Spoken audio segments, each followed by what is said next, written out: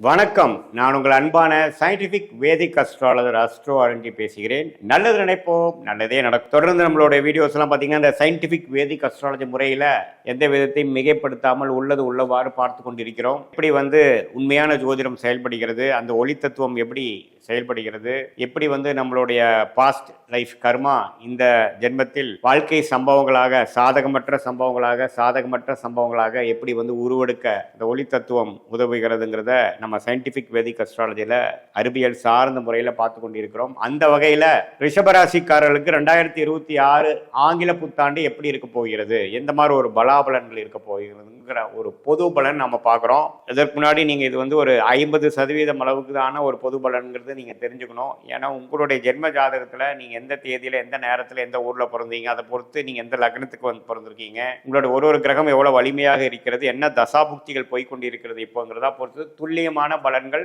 Scientific வேதிக் astrology முறையில் அடுத்து வரக்கூடிய லாங் டேர்ம், அடுத்து வரக்கூடிய ஷார்ட் டேர்ம் பலன்கள் எப்படி இருக்குதுன்னு நம்ம தெரிஞ்சுக்க முடியும். இப்போ நம்ம பார்க்கக்கூடிய ரிஷபராசிக்காரர்களுக்கு இந்த கோச்சார அடிப்படையில் டிரான்சிட் அஸ்ட்ராலஜி என்று சொல்லப்படுகிற குரு பயிற்சி, சனி பயிற்சி, ராகு கேது பயிற்சி வைத்து அந்த 4 ஆண்டு கிரகத்தை வைத்து ஒரு பொதுவான பலனை பார்க்குறோம். இப்போ பாருங்க, குருவே ஃபர்ஸ்ட் ஆஃப் கிட்டத்தட்ட மே மாதம் வரைக்கும் 2ஆம் இடத்திலே ரிஷபராசிக்காரர்கள் இருக்கிறாங்க.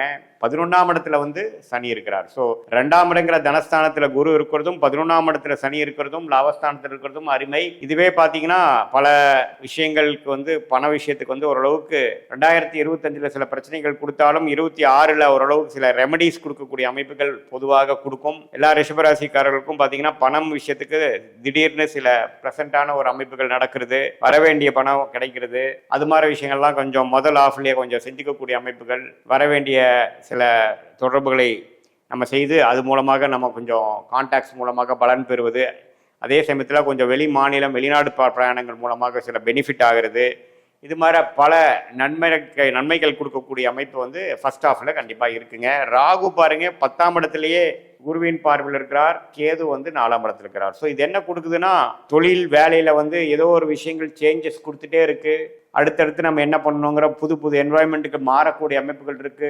ஒரு மாதிரி சுமாராக போயிட்டு இருந்ததை களைச்சுட்ட மாதிரி போய் அடுத்த லெவலுக்கு போகக்கூடிய அமைப்புகள் இருக்கு. இது எல்லாமே ஒரு நல்ல விஷயத்துக்குங்கிறது தெரிஞ்சுக்கணும். ஏன்னா மே மாதத்துக்கு அப்புறம் பாருங்க குரு உச்சம் பெறுகிறார். குரு பயிற்சியாகி 3ஆம் இடத்துல கடகத்தில் உச்சமாக இருக்கிறது ஒன்றுமே நல்ல விஷயம்தான். ஏன்னா 3ஆம் இடத்துல உச்சம் பெறும் பொழுது அருமையான பாவமாகிய 7, 9, 11ஆம் பாவத்தை பார்க்கிறார். ஸோ இப்படி இந்த பாவங்களை பார்க்கும் பொழுது உறவுகள் மேம்படும். குடும்ப வாழ்க்கையில் இதுவரைக்கும் இருந்தக்கூடிய பிரச்சனைகள் கொஞ்சம் சரியாகும். எப்போ குடும்ப வாழ்க்கையில் பிரச்சனை சரியாகவே மற்ற விஷயங்களை நம்ம சமாளிச்சிக்கக்கூடிய அமைப்புகள் கிடைக்கும். ஸோ கண்டிப்பாக 7ஆம் இடத்தை உச்சகுரு பார்க்கறதுனாலையும் 9ஆம் இடங்கிற பாக்கியஸ்தானத்தை அப்பாஸ்தானத்தை பார்க்கறதுனால உறவுகள், அது பெற்றோர்களாக இருந்தாலும் சரி, கணவனாக இருந்தால் மனைவி, மனைவியாக இருந்தால் கணவன், நண்பர்கள், பங்குதாரர்கள் எல்லாத்துலேயுமே ஒரு இணக்கமான ஒரு அமைப்பு. போன ஒரு வருடம் ஃபுல்லாக ஒரு மாதிரி சில கருத்து வேறுபாடுகளும் கொஞ்சம் சிங்க் இல்லாமல் போயிட்டு இருக்க விஷயமெல்லாம் கொஞ்சம் மாறி ஓரளவுக்கு பேச்சப் பண்ணக்கூடிய அமைப்புகளாக இருக்குது. இதுவரை போன வருஷத்தில் சில திருமணம் ஒரு பிரச்சனையாக போய் முடிஞ்சிருச்சுங்க, நான் 2வது திருமணம் பண்ணக்கூடிய அமைப்புகளாக இருக்கேன் அப்படின்னா அது உடனே அமையக்கூடிய அமைப்பு ஜூன் மாதத்துக்கு மேலே ரிஷபராசிக்காரர்களுக்கு நன்றாக இருக்கிறது.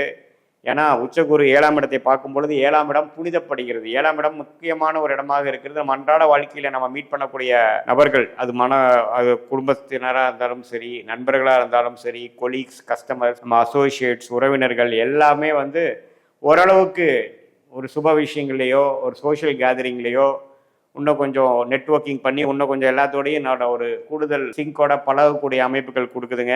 அதே சமயத்தில் 11ஆம் இடத்துல லாபஸ்தானத்தை இருக்கக்கூடிய சனியை பார்க்கறதுனால ஒன்றுமே 11ஆம் இடத்துல இருக்கக்கூடிய சனி ஒன்றுமே நல்ல பலன்களை கொடுக்கக்கூடிய அமைப்பு, பெருத்த லாபத்தை கொடுக்கக்கூடிய அமைப்பு, நிம்மதி பெருமூச்சு அடையக்கூடிய அமைப்புகள், இது எல்லாமே எல்லா வயதினருக்கும் ஓரளவுக்கு பாசிட்டிவான அமைப்புகளாக கொடுக்கக்கூடிய அமைப்பு இருக்குங்க.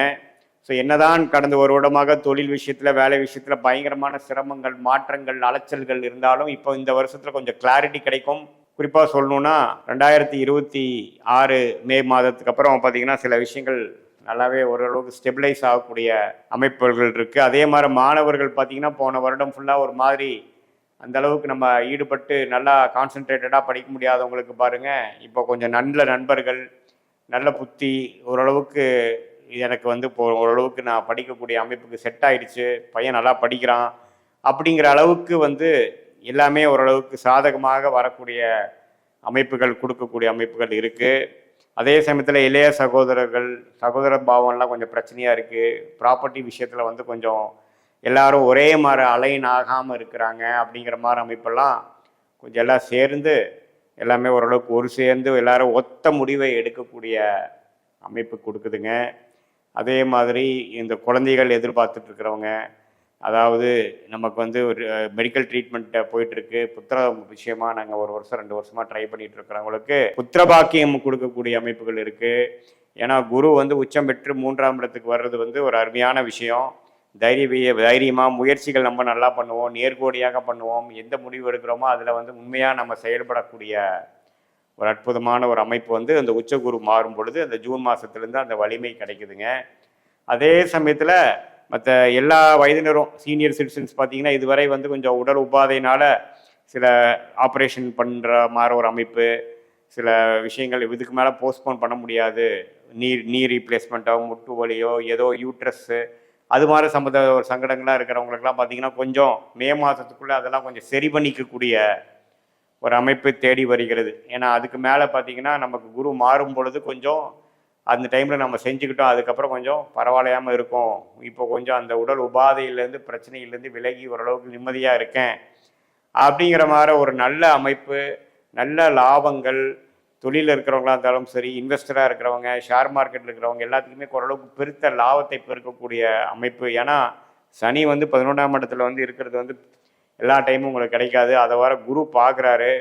அதே சமயத்தில் எல்லா கிரகங்களும் ஓரளவுக்கு ஒத்து வரனால ரிஷபராசிக்காரர்கள் வந்து கடந்த 1 வருஷம் 2 வருஷமாக நீங்கள் எந்த முயற்சி செய்தீங்களோ அதுக்கு நல்ல பலன் பெறக்கூடிய ஒரு ஆண்டாக 2026 முழுவதும் பார்த்தீங்கன்னா ரிஷபராசிக்காரர்களுக்கு இருக்குங்க. இது வந்து ஒரு பொதுவான பலனையை தவிர உங்களுடைய ஜென்ம ஜாதகத்தில் நீங்கள் எந்த நேரத்தில் எந்த தேதியில் எந்த ஊரில் பிறந்தீங்களோ அதை வைத்து எந்த லக்னமாக இருந்ததோ அதே மாதிரி லக்னாதிபதி எப்படி இருக்கிறார், ஒரு கிரகம் எப்படி இருக்குது, அடக்கக்கூடிய தசாபுக்திகள் எப்படி இருக்குது. இப்போ தசநாதனும் புக்திநாதனும் நாம் பேசின கோச்சாரத்தில் எது மாதிரி அமைப்புகளில் போய் கொண்டிருக்கிறார்கள், இதெல்லாம் ஒரு சேர்ந்து நம்ம பார்க்கும் பொழுது சயின்டிஃபிக் வேதிக் அஸ்ட்ராலஜி முறையில் துல்லியமான அடுத்த 3 மாதங்கள் அடுத்த 6 மாதங்கள் எப்படி இருக்குதுங்கிற ஷார்ட் டேர்ம் பார்த்துட்டு அதே மாதிரி லாங் டேர்மாக எது மாதிரி ப்ராஸ்பெக்ட்ஸ் இருக்குது, நமக்கு என்னென்ன பிராப்தங்கள் இருக்குது, நம்மளுடைய லைஃப் எந்த மாதிரி டைரக்ஷன்ல போகக்கூடிய அமைப்பு இருக்கு, வாட் இஸ் இன் ஸ்டோர் இந்த ஃபியூச்சர் அப்படிங்கிற விஷயத்தை ஓரளவுக்கு நம்ம தெரிஞ்சுக்கிட்டு அதுக்கு தகுந்த மாதிரி திட்டங்களை தீட்டி நம்ம செயல்படுவேனானால் கண்டிப்பாக வாழ்க்கையில் எளிதில் வெற்றி பெற்று ஜெயிக்க முடியுங்கிறத நான் சொல்ல விரும்புகிறேன். மீண்டும் மற்றொரு காணொலியில் சந்திப்போம். நன்றி, வணக்கம்.